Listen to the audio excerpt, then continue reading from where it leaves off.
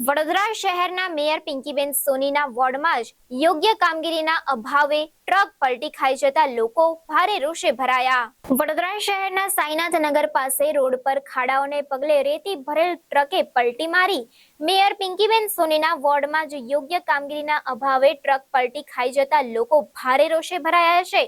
રાત્રિના સમયે ઓવરટેક કરવા જતા ટ્રકે પલટી મારી। કોર્પોરેશન દ્વારા ગટર લાઇનની કામગીરી બાદ યોગ્ય પુરાણ નહીં થતા લોકોમાં રોષ। ટ્રક પલટી જવાની ઘટનાને પગલે લોકો એકઠા થયા। ટ્રક પલટી જતા ટ્રક ચાલક પણ ગભરાઈ ગયો। સ્થાનિક લોકોએ તંત્ર સામે આકરા પ્રહારો કર્યા છે। જો કોઈનું અકસ્માતમાં મૃત્યુ થાય ત્યારબાદ તંત્ર આવે છે હરકતમાં, તેમ લોકો દ્વારા આક્ષેપો કરવામાં આવ્યા હતા। વડોદરા શહેરમાં વિકાસના કામે ખાડાઓનું સામ્રાજ્ય સર્જાયું છે।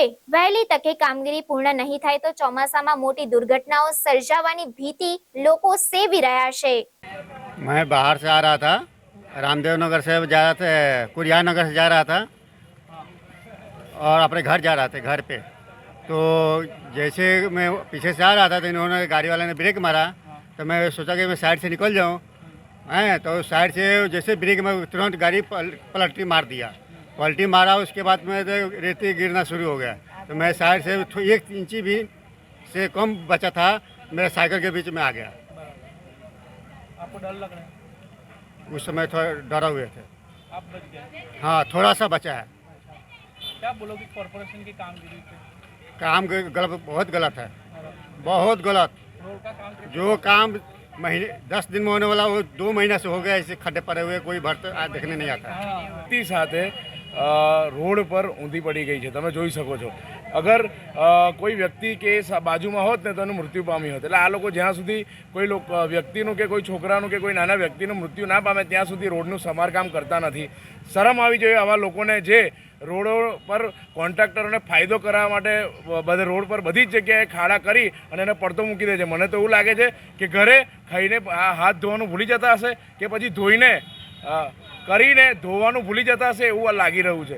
કેમ કે જ્યારે આ રોડની અંદર આ પરિસ્થિતિ છે તો આ પરિસ્થિતિના કારણે અકસ્માત થાય અને લોકોનો જીવ જાય ત્યારે આ કોર્પોરેશન એની જોશે। એના સ્થાનિક કાઉન્સિલરો પણ આ જવાબદારી છે કે જે પણ કામ થતું હોય એનું પૂર્ણ રીતે એનું પૂર્ણ કામ થાય અને આ રોડ પર જે ખાડા પડ્યા હોય એનું સમારકામ કરીને એ રોડ વ્યવસ્થિત રીતે પાછો થવો જોઈએ। સાયકલ ચાલકનો આબાદ બચાવ થયો છે જાણવા મળ્યું। જ્યારે ટ્રક ખાડાની અંદર પડી તો રસ્તાની એક બાજુ એ નમી જતા સાયકલ ચાલક એની બાજુથી પસાર થતો હતો, પણ અહીંયા સ્થાનિક લોકોએ એનો બચાવ કર્યો છે અને જે તમે ટ્રક જુઓ કે આખી જે રેતી છે એની ઉપર પડી હોત તેનું મૃત્યુ નીપજ્યું હોત। તો આને જવાબદાર કોણ?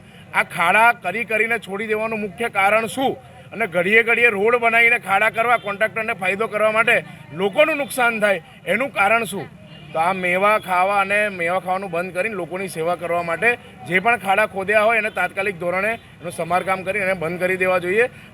અત્યારે આવનાર દિવસોમાં ચોમાસું આવવાનું છે, મોટા મોટા ખાડામાં તમે જોઈ શકો છો ટ્રક પડી કોઈનો જીવ જાય તો આ જે જીવ જાય એ જેનું મુખ્ય કારણ છે તો આ ખાડાઓ ક્યારે પૂરવામાં આવશે? ખરેખર કોર્પોરેશનની બેદરકારી છે અને વોર્ડ નંબર 4ના જે પણ અહીંના કોન્ટ્રાક્ટરો છે અથવા તો અધિકારીઓ છે એને અહીંયા ધ્યાન આપવું જોઈએ કે ભાઈ આ કામ થઈ ગયા પછી આનું સમારકામ કેમ નથી થયું અને તાત્કાલિક ધોરણે જે પણ આનું સમારકામ કર્યું હોય અને રોડ ના બન્યો હોય એના પર તાત્કાલિક ધોરણે પગલાં લેવા જોઈએ અને જે અધિકારીએ આમાં ચૂક રાખી હોય અને એના પર ધ્યાન ના આપ્યું હોય એને તાત્કાલિક ધોરણે સસ્પેન્ડ કરવા જોઈએ।